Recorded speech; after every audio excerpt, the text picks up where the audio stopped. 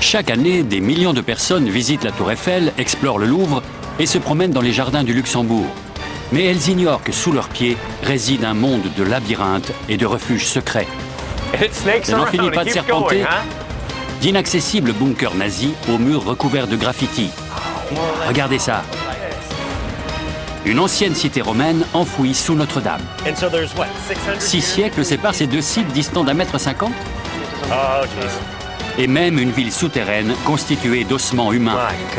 Mon Dieu, je n'ai encore jamais rien vu de pareil. Le sous-sol de Paris est un vaste dédale de tunnels. C'est un vrai bottin, rempli d'obscurs secrets et de vestiges du passé. Voilà ce que j'appelle de l'exploration en sous-sol urbain.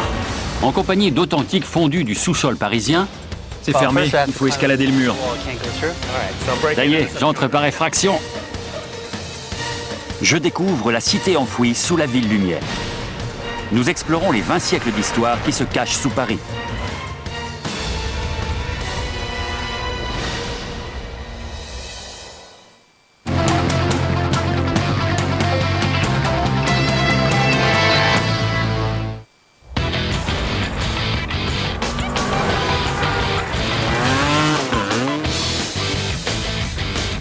Capitale de la France, avec une population de plus de 2 millions d'habitants, Paris est l'une des plus grandes villes d'Europe.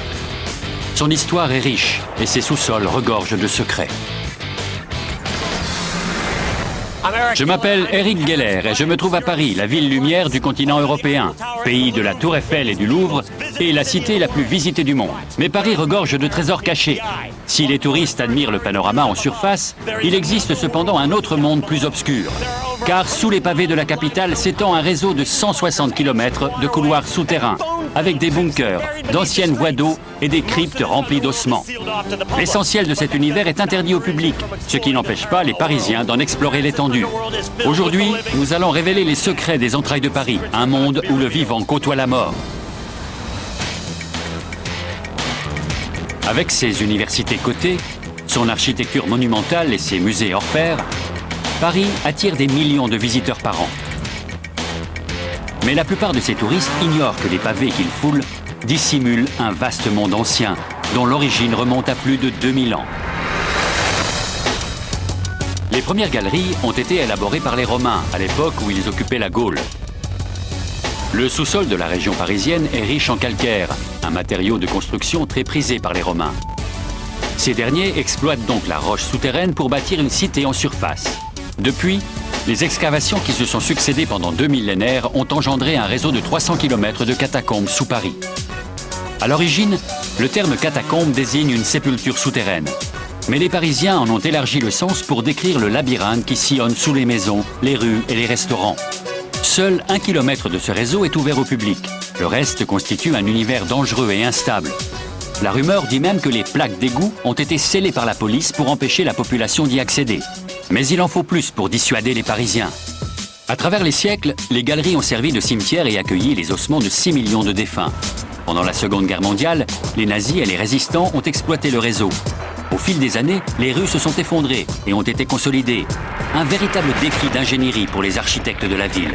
Aujourd'hui, la rumeur prétend que les catacombes abritent des gangs et qu'il existe même une police souterraine qui patrouille les lieux. Mais un groupe connaît les secrets de ce monde souterrain mieux que quiconque. Ces explorateurs urbains se font appeler des cataphiles. Ils ne cessent de trouver de nouveaux trésors au fil de leurs escapades. Ils ont récemment découvert une brasserie du XVIIIe siècle recouverte de graffitis modernes, enfouie une vingtaine de mètres sous un immeuble récent. Un magot que je suis déterminé à voir de mes propres yeux.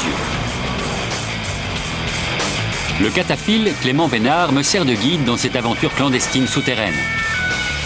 Clément ? Oui. Bonjour, Clément. Bonjour Eric.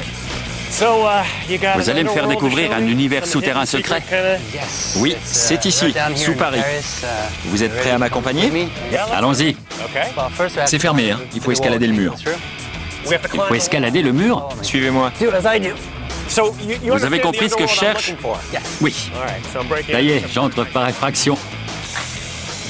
Sur la marche. D'accord. Je suis Clément le long d'une voie ferrée désaffectée. Il y a plein de cadavres là-dedans. Je sais ce que je dis. Peu de cataphiles ont fait ce que je m'apprête à faire. On se rapproche parce que ce tunnel a l'air bien sombre. Il n'en finit pas. Oui, il est assez long. L'entrée se trouve par là. C'est très sombre, alors mettez cette lampe frontale. Il y a un trou dans le mur qui mène aux catacombes. Voilà l'entrée. Ça? Oui, ça n'a pas l'air conçu pour. Quelqu'un a forcé l'accès? Tout à fait. Passe devant. En me faufilant à travers le trou, je quitte la surface pour une exploration de 8 heures.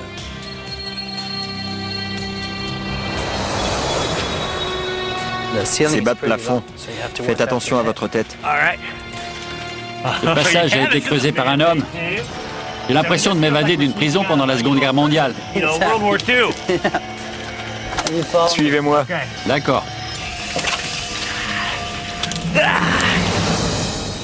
Notre progression à travers le dédale de tunnels nous donne une idée de ce qu'étaient les conditions de travail dans cet environnement. Je dirais tête quand le plafond est bas et pied s'il y a un rocher ou un trou. Sinon, vous risquez de vous fouler une cheville ou de vous cogner la tête. Cet endroit est inaccessible, alors pied, Pied, attention à la tête, la tête. pied. Ouais, je reste à 4 pattes. Durant des siècles, des milliers de tonnes de roches calcaires ont été extraites de ces espaces confinés pour construire la ville en surface. On va prendre à gauche. Les tunnels sont exigus et déroutants, mais Clément dispose d'un plan très fourni. Un vrai bottin? Oui. Mais cela ne garantit pas notre sécurité. Même les cataphiles les plus avisés savent qu'il est dangereux de pénétrer dans ce monde souterrain. Si nos torches s'éteignent, ou si nous perdons notre chemin, nous risquons de ne jamais refaire surface. D'ailleurs, en 1793, un homme a disparu dans les catacombes. On aurait retrouvé son cadavre 11 ans plus tard, un trousseau de clés à la main, à quelques mètres d'une issue dissimulée par l'obscurité. Qu'est-ce qui arrivera si nos lampes nous lâchent au beau milieu de ce dédale? Vous me sortirez d'ici? En lumière, ce sera difficile.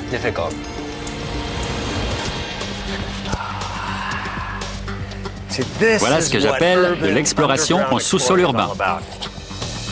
Clément m'emmène sur un site que seuls quelques initiés des entrailles de Paris connaissent, la brasserie perdue. Je vous retrouve de l'autre côté, mais l'accès n'est pas facile. Peut-être la première, hein? Ouais. Comment voulez-vous que mon gros cul d'américain passe par là? Après avoir rampé sur le sol et m'être faufilé par de minuscules ouvertures, j'aurais dû mettre des bottes en caoutchouc. Je me retrouve avec de l'eau de ruissellement jusqu'aux genoux. Je nage carrément. C'est une question de saison ou c'est toujours comme ça? Non, c'est toujours à peu près comme ça. Ça n'est pas très profond. On a de la chance, il y a 2 ans, l'eau m'arrivait aux hanches. Après 20 minutes pénibles, nous arrivons enfin au sec. Plus sec. Ouais, je n'ai de l'eau que jusqu'aux chevilles. À une quinzaine de mètres de profondeur, nous arrivons dans des carrières conçues par les Romains il y a plus de 2 millénaires. Aujourd'hui, les catacombes sont remplies d'étranges graffitis modernes, preuve du passage des explorateurs urbains qui nous ont précédés. On est à mi-chemin? Pas encore. Pied. Attention aux rochers. On se rapproche de l'endroit que je voulais te montrer en premier. C'est à 50 mètres. Quand il dit 50 mètres, c'est qu'il reste un bon kilomètre. Allez, allons-y. Nous sommes sur le point d'atteindre la brasserie. Mais il faut d'abord ramper à travers un étroit boyau d'une dizaine de mètres de long. C'est comme à l'armée. On est sur les plages de Normandie, prêts à regagner nos postes. Suivez-moi. Laissez-moi un peu d'avance. Allez, je vous retrouve de l'autre côté.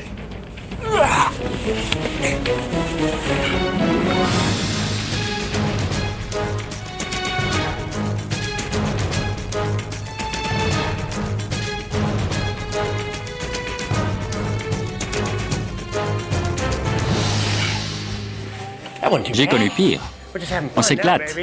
Bien, où sommes-nous? Qu'est-ce que je vois là? La brasserie est au-dessus. Ici, c'est la cave où ils entreposaient les barillets, le vin et les réserves. C'est la cave d'une brasserie? Oui, c'est une grande pièce. Nous sommes dans les caves de la brasserie. Autrefois, l'entrée de l'établissement se trouvait au niveau de la rue, 25 mètres au-dessus de nos têtes. Aujourd'hui, la brasserie a été remplacée par un immeuble moderne. Cet établissement, de taille moyenne pour l'époque, représentait une surface d'environ 2000 mètres carrés. À la fin du 19e siècle, cette ancienne carrière de calcaire était remplie de fûts de bière. une manière ingénieuse de recycler les kilomètres de galeries enfouis sous la ville. Mais également un espace rentable et parfaitement adapté au stockage, compte tenu de la flambée des prix immobiliers de l'époque. Et dans un pays réputé pour ses vins, d'aucuns affirment que ce sont les Français qui ont appris aux Allemands à brasser la bière au 8e siècle. Mais aujourd'hui, qu'est-ce que c'est que ça? Les murs de la cave sont recouverts de graffitis et de peintures. Une véritable galerie d'art. La brasserie s'est transformée en atelier souterrain pour les quelques artistes qui ont découvert ce lieu secret. C'est une galerie d'art souterraine. Exactement. C'est formidable. Dans la pure tradition de l'art parisien. Quelqu'un a consacré beaucoup de temps à ce travail. Ces artistes entreposaient du matériel pour peindre. Ils ont passé des heures à réaliser ces œuvres. Personne ne se doutait de ce qui se passait ici? Non, personne. Cet endroit est unique au monde.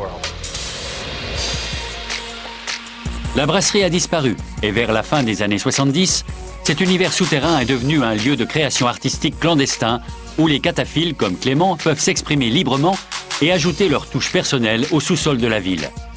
Mais je ne suis pas au bout de mes surprises. Clément m'emmène dans une autre pièce que peu de gens connaissent, un lieu autrement plus lugubre. Le blindage de cette porte est impressionnant.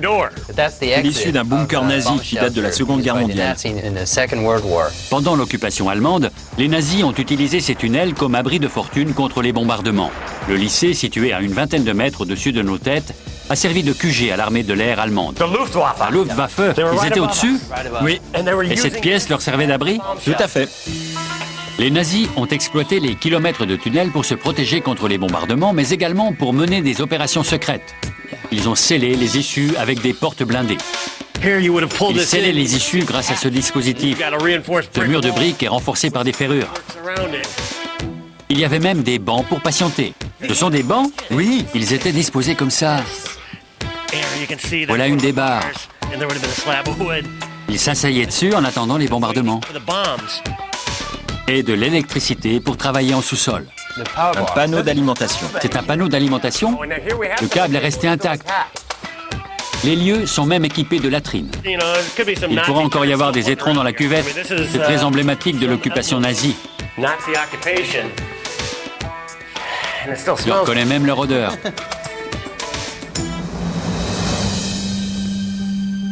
Ce que les officiers allemands ignoraient, c'est qu'à moins de 800 mètres de là se trouvait le QG souterrain de la résistance française.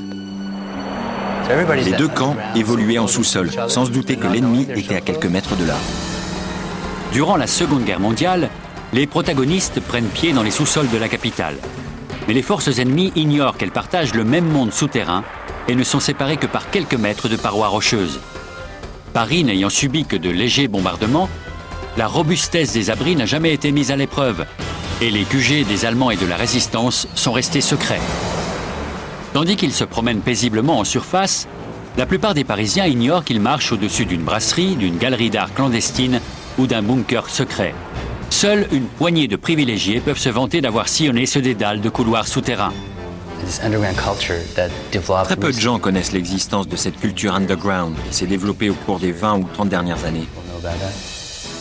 Ce gigantesque réseau de corridors élaboré au fil des 20 derniers siècles remonte jusqu'à l'ère romaine. L'expansion de ce labyrinthe souterrain est liée au développement de la ville en surface. Voilà des heures que j'explore cet univers, mais je ne suis pas au bout de mes surprises.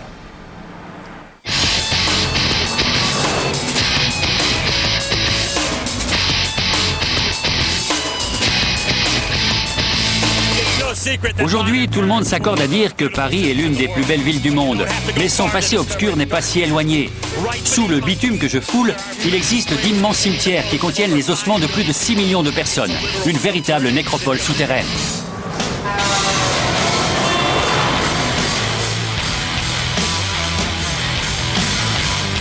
Les touristes qui passent devant cet immeuble de bureau ignorent pour la plupart qu'il marche au-dessus du plus vaste ossuaire du monde. Andrew? Oui. Enchanté. Bonjour. Merci d'être venu. L'écrivain Andrew Ayers et moi avons le privilège de descendre seuls dans les catacombes.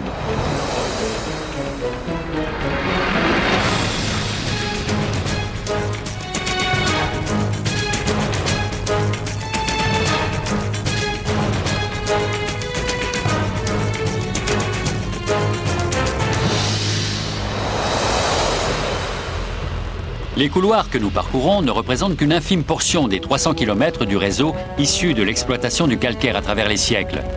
À chaque pas, nous nous rapprochons d'un monde constitué d'ossements. Nous arrivons devant l'entrée des catacombes. L'inscription au-dessus de la porte parle d'elle-même. Arrêtez, c'est ici l'Empire de la Mort. On entre? On ne nous y invite pas, mais allons-y. Ça y est, nous avons franchi le seuil de l'Empire de la Mort. C'est fait. Il n'y a pas de cadavre récent, n'est-ce pas? J'espère que non. Comme vous voyez, les os ne manquent pas. Ils sont alignés contre les murs. Mon Dieu, je n'ai encore jamais rien vu de pareil. Comme vous voyez, ils ont construit un mur de soutènement. Un mur d'ossements? Ce sont des fémurs et des tibias. Mais le mur de soutènement cache un spectacle encore plus impressionnant. Ce mur n'est qu'une façade qui cache une pile d'ossements, jetés pêle-mêle. C'est la partie harmonieuse? Oui, la pile s'étend sur une trentaine de mètres de profondeur. Vous voulez dire que les os sont empilés sur une trentaine de mètres? Oui, c'est une pile énorme. Ce mur n'en finit pas. Jusqu'où va ce couloir d'ossements? Ici, il y a des ossements alignés sur environ 800 mètres de couloir. Les experts estiment que ces pans de murs mortuaires sont constitués de 5 à 6 millions de squelettes. Il y aurait environ 6 millions de squelettes. 6 millions de squelettes? J'ignore de combien d'os le corps humain est constitué. Je vous laisse faire le calcul, mais ça en fait beaucoup. Pour vous donner une idée, il y a un peu plus de 2 millions d'habitants à Paris aujourd'hui. Ils sont plus nombreux ici qu'à la surface? Oui, pas de 3 fois plus nombreux. Il y aurait donc 3 squelettes en sous-sol pour chaque Parisien. Mais alors, comment les cadavres de ces 6 millions de personnes ont-ils fini dans une carrière abandonnée, 25 mètres sous terre? En réalité, certaines galeries souterraines se sont effondrées. Il a fallu inspecter les lieux et les consolider. À la même époque, le centre de Paris était confronté à un grave problème de cimetière. Dans le Paris médiéval, l'essor du christianisme met un terme aux crémations païennes. Il faut donc aménager des ossuaires et des cimetières pour entasser les corps. Tout le monde est logé à la même enseigne, sans distinction de classe, et enterré dans de vastes charniers. Mais après 7 siècles d'accumulation, l'espace vient à manquer. Les murs d'enceinte empêchaient la ville de se développer.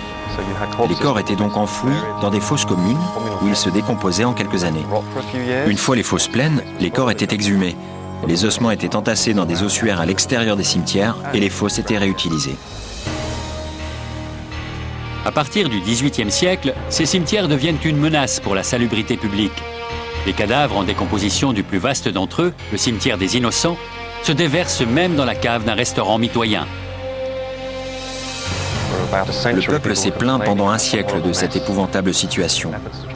Les pressions se sont multipliées afin que le cimetière des Innocents soit fermé. Lorsque le Parlement a finalement décidé sa fermeture, le problème du déplacement des ossements s'est posé. Tandis que les Parisiens cherchent un lieu pour reloger leurs morts, les carrières vides de Paris sont assainies et consolidées. On décide alors d'utiliser les anciennes carrières souterraines pour y transférer les ossements et les corps entassés en plein cœur de Paris. Le long cortège des défunts anonymes du cimetière des Innocents est déplacé des mois durant. La tâche est ardue, car les corps ont été entassés pêle-mêle. Au cours du siècle suivant, la population de Paris explose. Les cimetières affichent complet. Les corps sont alors directement entreposés dans cette gigantesque nécropole souterraine. Ils vidaient les cimetières? Exactement. Ils transportaient les cadavres sur des chariots pendant la nuit, les déversaient par une issue située de ce côté, puis constituaient les piles que vous voyez. Regardez ça, c'est un ossuaire. Il y a des piles d'ossements différents, des petits tas de fémurs et de crânes entassés. Ouais, c'est tout simplement surréaliste. Certains se sont donné du mal pour réaliser ces dessins. Regarde, c'est une croix là. Une croix constituée de crânes. Exactement. C'est particulier. Ces murs de crâne aux motifs complexes semblent être là depuis des siècles. Mais aussi étrange que cela puisse paraître, ils sont constamment réalignés pour garantir leur stabilité. et leur alignement ne doit rien au hasard. Il ne faut pas oublier que rien ne relie les ossements entre eux. S'ils étaient abandonnés à leur sort, les tas s'effondreraient. Les piles sont donc régulièrement réarrangées. C'est un processus qui a toujours cours. Lorsque les premiers Romains ont creusé ces carrières il y a 1900 ans, ils n'ont certainement pas imaginé qu'un jour elles seraient remplies d'ossements, utilisés comme bunkers ou encore comme terrain de jeu par d'audacieux explorateurs urbains.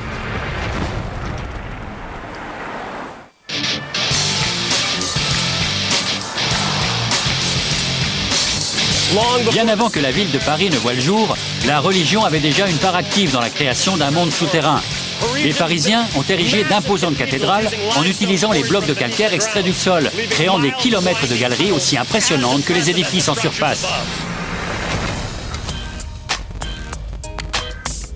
Les premières carrières à ciel ouvert ont été creusées par les Romains au IIe siècle.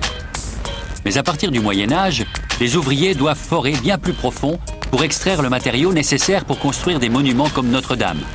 Au fil des excavations, le réseau de galeries souterraines s'agrandit. Un demi-siècle plus tard, les carrières sont abandonnées, car elles constituent désormais une menace sérieuse. La ville, en pleine expansion, commence à s'effondrer sous son poids. Des ouvriers sont alors envoyés sous terre pour combler les galeries et renforcer la structure du réseau qui parcourt le sous-sol de Paris.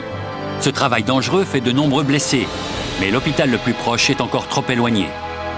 Vers la fin du XVIIIe siècle, un groupe de moines capucins fonde un hôpital destiné à accueillir les ouvriers qui travaillent sous leur monastère.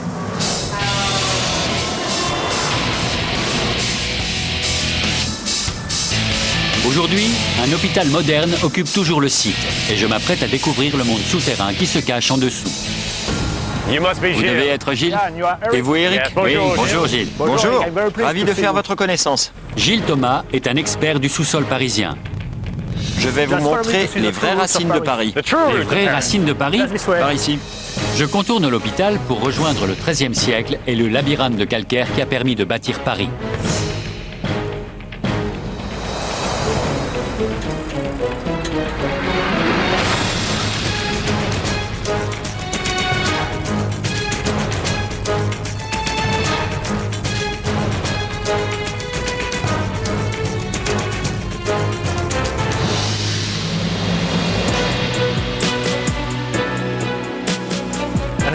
Voici la véritable entrée des carrières. Dans moins de 2 minutes, nous allons découvrir le Paris d'il y a 7 siècles. 7 siècles? Oui, ça y ressemble. C'est un univers parallèle. C'est totalement surréaliste. On se croirait en Égypte antique. Regardez ces gros blocs de calcaire. Et il y a un hôpital 25 mètres au-dessus de nos têtes. Oui, l'hôpital est juste au-dessus. Ce sont les racines de Paris. Ce calcaire a servi à la construction de Paris. Cette carrière existe depuis des siècles et a produit des matériaux de construction pour les différents édifices de la ville. Les experts estiment que 30% du calcaire utilisé pour bâtir Notre-Dame est issu de cette exploitation. Il n'existait pas de machine pour extraire le calcaire. Tout se faisait à la main. On distingue d'ailleurs la marque laissée par la torche d'un carrier et aussi celle de l'ess qui servait à creuser la pierre. Les ouvriers qui travaillaient ici n'avaient pas de lampe électrique mais des torches. Alors le carrier tenait la torche et qu'avait-il dans l'autre main? Une esse? Une esse? On distingue les marques au plafond. C'est ce qui donne un aperçu des conditions de travail dans cette galerie. Il faisait froid, humide et les ouvriers martelaient la roche. Oui, c'était un travail extrêmement pénible. Et comment? Vers la moitié du XVIIIe siècle, les galeries souterraines commençaient à s'affaisser sous le poids de la ville en expansion. À la fin du XVIIIe siècle, une série d'affaissements frappe la capitale. Des mesures doivent être prises. Un service d'inspection des carrières est constitué, dont la tâche consiste à renforcer le réseau de galeries et de cavernes. Ce service destiné à contrôler et à renforcer les sous-sols était une première mondiale. Après 2 millénaires d'exploitation de ces fondations de calcaire, et avec ses 300 km de galeries, Paris se lance dans un projet pharaonique. Des centaines d'ouvriers sont envoyés dans un monde souterrain instable.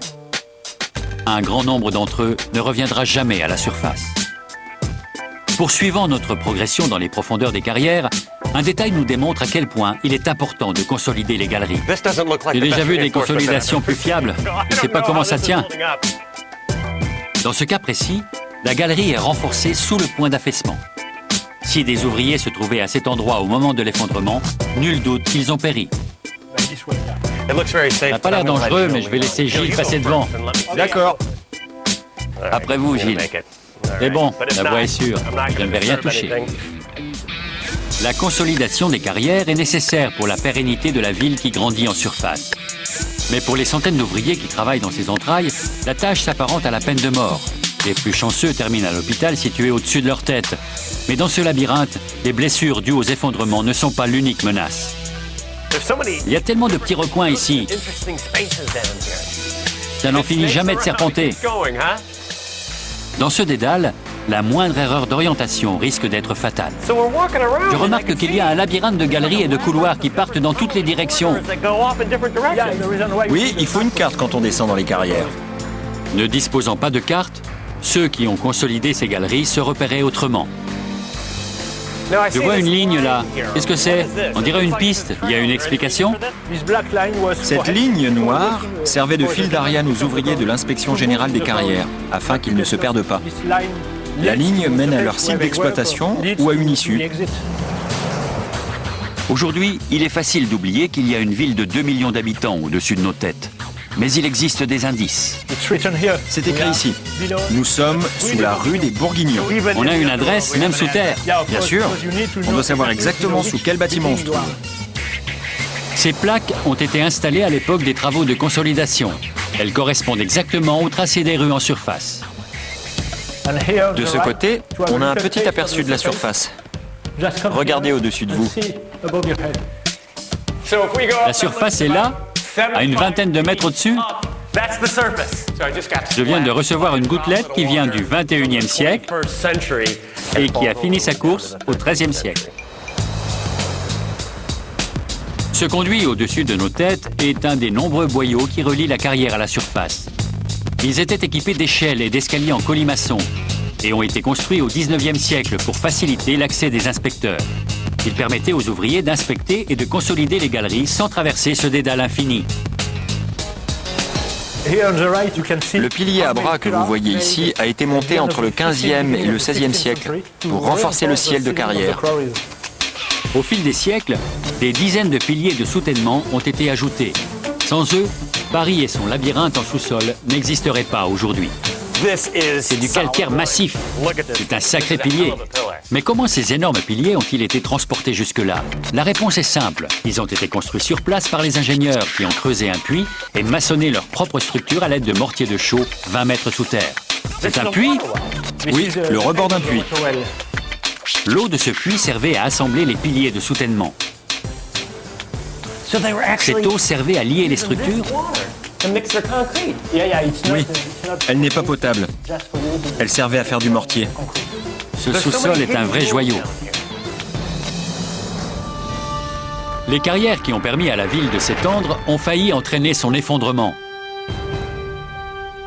Mais grâce au courage des ouvriers et à des techniques ingénieuses, les galeries situées sous l'hôpital sont restées intactes et soigneusement préservées.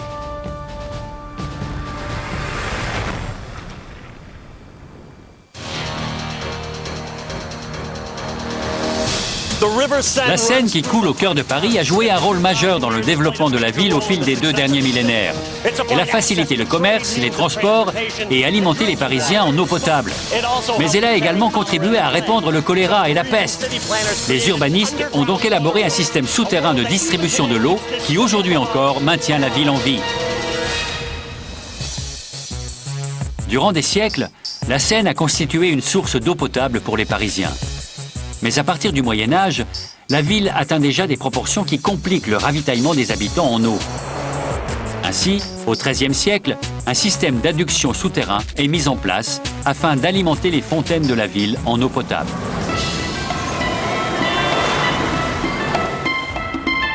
Je m'apprête à explorer les profondeurs de l'infrastructure urbaine de Paris pour découvrir une merveille d'ingénierie qui a permis à la ville de s'épanouir en surface. Monsieur Dessert? Bonjour. Bonjour, good morning. Merci de vous être déplacé. C'est un plaisir. Nice to assist you. Gérard Dussert est un expert du sous-sol parisien. Nous avons rendez-vous dans le jardin public de ce quartier paisible. Vous êtes prêts? Oui, Allons-y, suivez-moi. c'est parti. Pour rejoindre le premier aqueduc du Paris médiéval.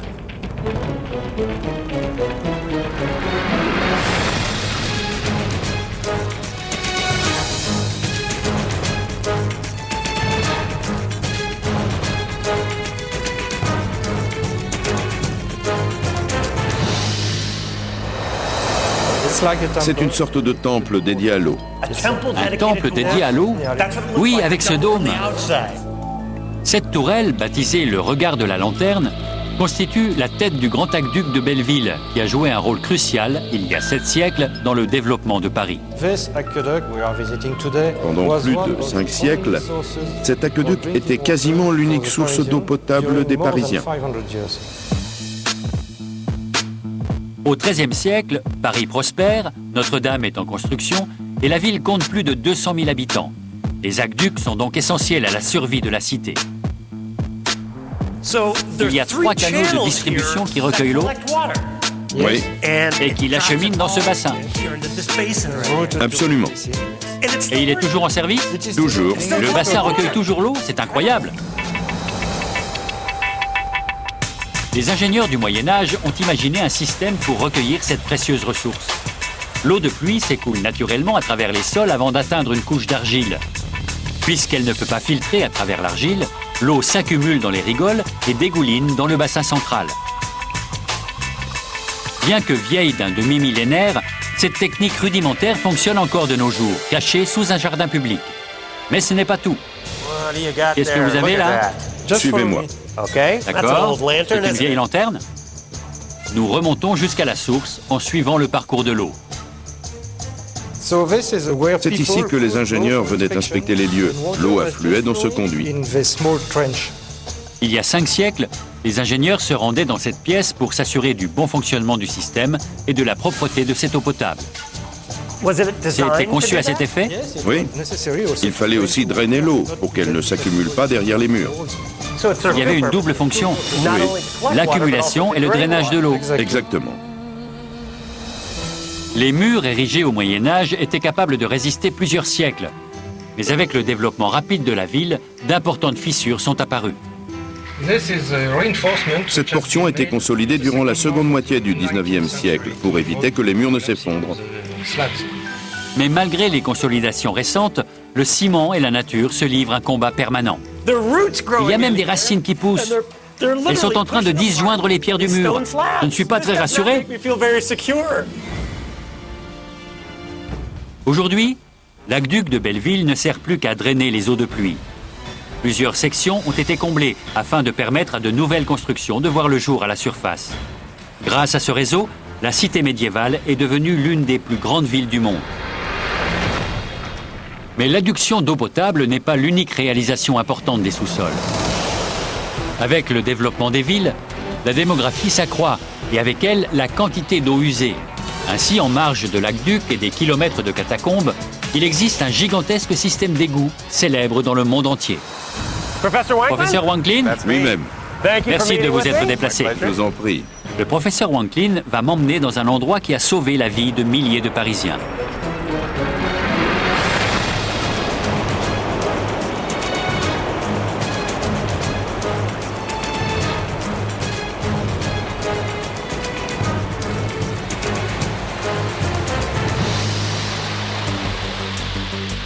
Nous sommes dans l'une des sections des couloirs d'égout aménagés il y a 150 ans sous les rues de Paris. Les Parisiens ignorent la chance qu'ils ont de disposer d'un tel réseau. Les premiers systèmes couverts d'évacuation des eaux usées de la ville apparaissent au XIVe siècle. Un réseau d'une vingtaine de kilomètres qui ne peut satisfaire les besoins de la nouvelle population urbaine. Les égouts sont saturés à tel point que les visiteurs de passage affirment que l'on peut sentir Paris avant d'en voir les contours. La plupart des rues de Paris n'étaient pas pavées et les gens y abandonnaient toutes sortes de déchets. À cette époque, une bonne paire de bottes vous faisait à peine la nez avant d'être rongée par ce que l'on appelait par décence la boue. Les conditions sanitaires épouvantables de la ville entraînent une violente épidémie de choléra, une infection bactérienne qui se propage par les eaux souillées. L'épidémie de choléra de 1832 a tué près de 20 000 Parisiens. 17 ans plus tard, une nouvelle épidémie a fait encore 16 000 victimes. Les eaux contaminées menacent de décimer la ville. Paris décide donc d'étendre son réseau d'égouts, qui à l'époque devient le système le plus moderne et le plus efficace du monde. En l'espace de 20 ans, 540 km de galeries sont aménagées. Aujourd'hui, le réseau fait plus de 2000 km. Mis bout à bout, le réseau atteint aujourd'hui 2300 km, soit la distance entre Paris et Moscou. Mais les égouts ne constituent qu'une petite partie de l'univers souterrain de la ville. Il y a le métro, les catacombes, les parkings souterrains. Les entrailles de Paris sont un véritable gruyère. Sans cette abondance de réseaux souterrains, la capitale n'aurait jamais survécu.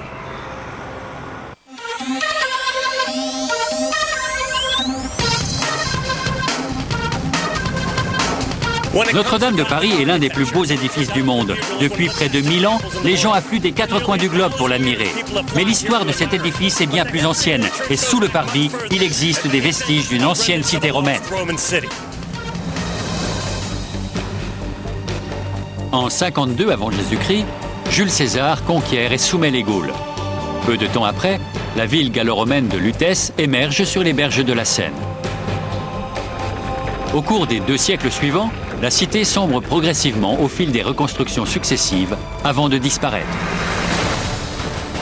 Il y a 1 siècle et demi, les grands travaux de la capitale entraînent la destruction du vieux Paris pour faire place aux grands boulevards, aux pâtés d'immeubles et aux édifices monumentaux qui font sa renommée actuelle.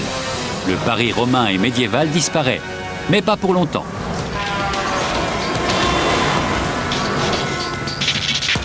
150 ans après la restructuration de la ville, les ingénieurs du sous-sol parisien révèlent l'ancienne ville gallo-romaine.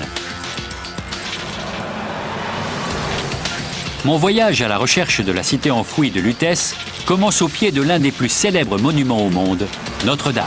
Vous devez être Hélène ? Vous devez être Eric. Ravi de faire votre connaissance. Le plaisir est partagé. Merci d'avoir accepté mon invitation. La médiéviste Hélène Paulet a accepté de m'emmener sous Notre-Dame à la rencontre des racines romaines de Paris. Je vais vous faire découvrir la Rome antique. À 5 mètres en dessous du niveau de la rue, nous faisons un bond de 2000 ans en arrière pour retrouver Lutèce, une ville de province romaine de 20 000 habitants.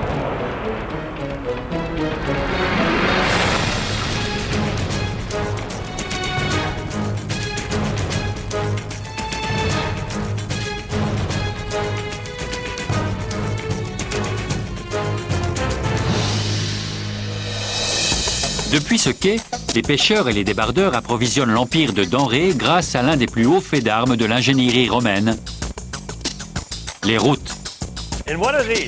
Qu'est-ce que c'est? Je devine des marches, des murs.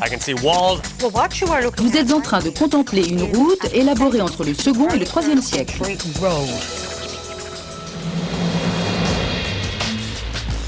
Les rives florissantes de Lutèce en font le premier port de France dont nous ayons eu connaissance. Son emplacement idéal le long des berges de la Seine permet à la ville de prospérer. Le commerce avait lieu dans un forum. À l'extérieur de la ville, il y avait une arène qui servait d'amphithéâtre pour les représentations et les combats de gladiateurs. À l'endroit où se trouve Notre-Dame, il y avait un temple à la gloire de Jupiter. La ville était petite, mais agréable. La petite ville, avec ses temples et son arène, s'étend le long des berges de la Seine. Au fil des années, les aménagements ont modifié le cours du fleuve d'une vingtaine de mètres. Mais à l'époque romaine, nous marcherions à même les berges. Les berges du fleuve étaient à cet endroit. Je vois cette horreur devant moi qui s'étend à l'infini. Oui, il y a 2000 ans, vous seriez en train de décharger le fruit de votre pêche sur le quai.